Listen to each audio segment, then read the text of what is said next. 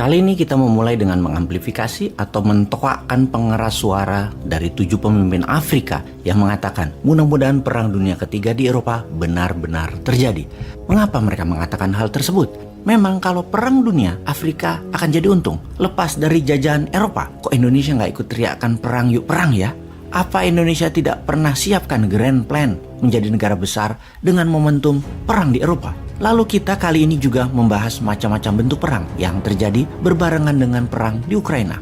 Dalam banyak episode kita sudah menginformasikan bahwa sejak tahun 2017 dunia dalam keadaan perang. Namun bagi mereka, terutama pejabat yang memang tidak memahami geopolitik dunia, tidak pernah mengikuti sekolah kepemimpinan, SESCO, atau Lemhanas, topik ini memang tidak difahami. Bahkan buzzer yang tugasnya dan bayarannya hanya untuk menyerang lawan atau oposisi, tidak pernah menyerang substansi atau konten apapun. Pokoknya yang berbeda diserang. Gak perlu membahas pakai ilmu, pakai menyerang fisik atau hal yang tidak berhubungan dengan konten. Yang penting orang yang mendengar seruan buzzer tersebut bisa benci dengan yang beda pendapat dengan kebijakan pejabat yang baru. Itu aja misinya. Misalnya, Bosman mengajukan konsep printing money berbasis produksi, maka buzzer hanya menyerang anak yatim. Tahu apa itu Bosman? Atau ilmunya baca doang kok sok-sokan bicara ekonomi, doktor bukan, profesor bukan. Itu masalah buat Bosman? Ya enggak lah, kita enggak pernah repot-repot mengatakan sesuatu kepada buzzer seperti peribahasa lebah tidak akan pernah mengatakan kepada lalat bahwa madu lebih enak dari tai. Kembali ke dunia dalam keadaan perang. Kencang di tahun 2017 kita mengingatkan sekarang dalam keadaan perang waktu itu. Maka mengatur negara haruslah dengan war mode. Mengatur ekonomi juga dengan war mode. Bahkan kita ingatkan dengan buku The Economist at War, Alan Bollard penciptanya, sebagai salah satu contohnya. Namun otak sederhana memang mengartikan perang itu adalah dar der dor. Dan bahkan pejabat yang serba bisa mengatakan 40 tahun lagi Indonesia itu tidak akan perang. Perang masih aja diartikan dar der dor, bedil-bedilan. Dia ini padahal jenderal loh yang ngomong, namun sudah jadi jenderal cuan sekarang. Bukan jenderal mempertahankan tanah air lagi, tetapi mempertahankan jabatan sak matee sampai mati. Kita lanjut. Setahun kemudian kita mengingatkan berulang-ulang akan pelajaran di Akademi Militer yang selalu mengingatkan di awalnya perang ekonomi, di akhirnya selalu akan terjadi perang militer. Sudah siapkah kita? Kemudian terjadi perang militer di tahun 2022. Namun ternyata masih juga dianggap perangnya ribuan kilometer dari Indonesia. Tenang, masih jauh. Begitu kira-kira. Nggak ngaruh buat kita. Jadi cuekin aja. Tetap urus proyek. Tetap kerja urus proyek. Apa benar nggak ngaruh? Bagaimana kalau kita menceritakan apa yang terjadi di Sri Lanka pada saat ini? Lanjut.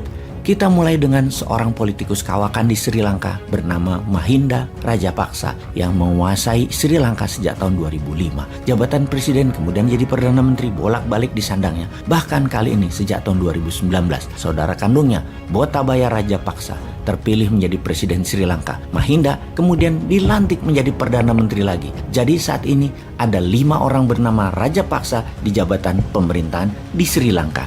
Kita ingatkan, di tahun 2014, Mahinda menandatangani sebuah kontrak pembiayaan proyek kerja sama dengan Tiongkok yang ketika sekarang mulai jatuh tempo, Sri Lanka kalah cash, nggak punya uang, bahkan sudah tidak bisa membeli kebutuhan harian warga Sri Lanka. Sri Lanka minta bantuan IMF, hanya dapat kurang dari $1 billion pinjamannya. Kemudian terpaksa meminta bantuan India, dan di sini India bermain dengan serius. Artinya secara geopolitik India dan Tiongkok sama-sama meminjamkan uang kepada Sri Lanka dengan tujuan yang sederhana, yaitu menjadikan Sri Lanka menjadi provinsi. Sekali lagi harus difahami, bukan provinsi dalam artian sebenarnya dicaplok kayak Georgia, Chechnya, Crimea, dan Donbas oleh Rusia. Bukan, dijadikan provinsi artinya mengikuti kebijakan India atau kebijakan Tiongkok atas semua kebijakan ekonomi yang dibuat oleh Sri Lanka. Yang artinya sesungguhnya adalah pasti yang untung adalah Tiongkoknya atau pasti yang untung adalah Indianya dengan menggunakan Rajapaksa sang pejabat sebagai agen Tiongkok atau agen India.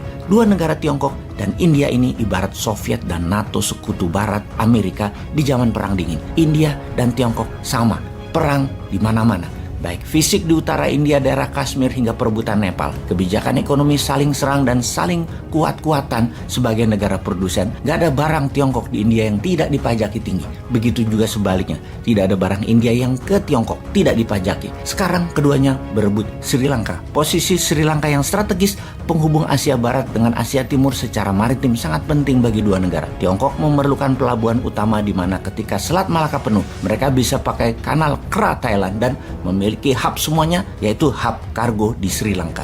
Demikian juga India yang menganggap Sri Lanka adalah buffer country, ibarat Ukraina di mata Rusia yang akan dicaplok NATO. Geostrategi kedua negara India dan Tiongkok memang matang. Namun sekarang Raja Paksa sedang ditekan oleh kebijakannya yang termakan oleh proyek dan uang Tiongkok, di mana tidak bisa membayar plus harga naik di dunia membuat bukan saja mahal barang-barang seperti bensin, minyak goreng, susu, tepung, beras, tetapi barang-barang tersebut langka, tidak ada, hilang. Kayaknya ini semua kenal ya kita ya. Mudah-mudahan pada paham.